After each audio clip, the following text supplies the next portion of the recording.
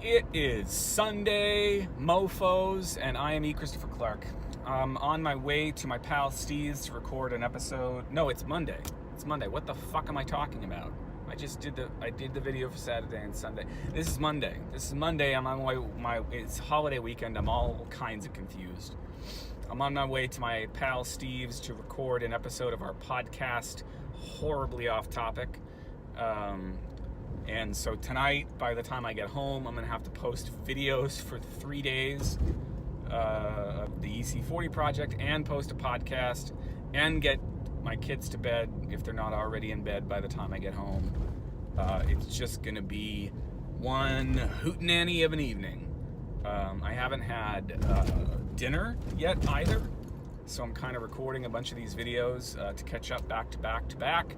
Because I'm hoping to maybe go grab some dinner before I get to Steve's, because there wasn't anything I wanted in the house. And you're wondering, why, Chris, didn't you just eat dinner at home? Well, we were in Maine today to celebrate my brothers-in-law, their birthdays, even though the two of them are 9 years apart.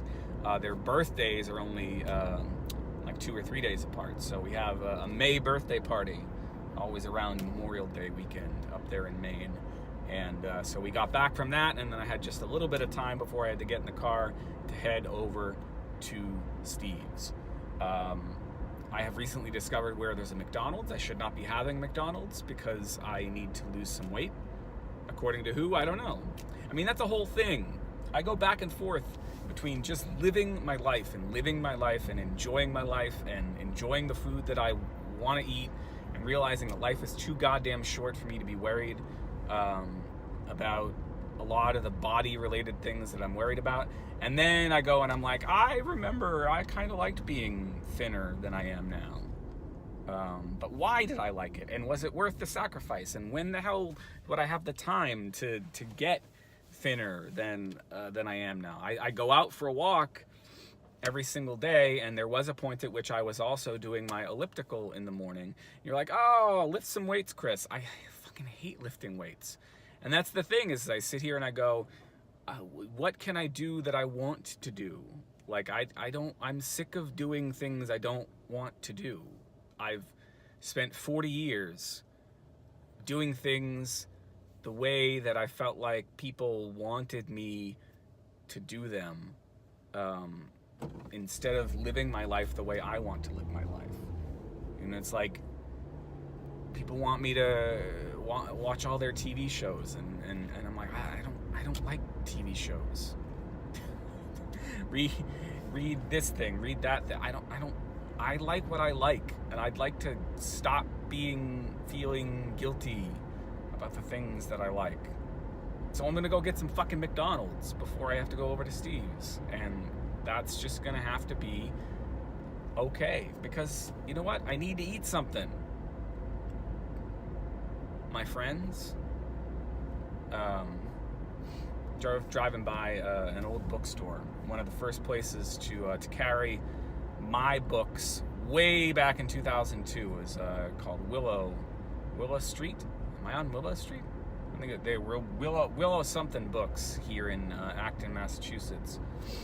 And they carried my first book, Those Little Bastards, and of course they aren't there anymore. It's hard to be a local independent bookstore. There is another local independent bookstore the other way, called Silver Unicorn, I think.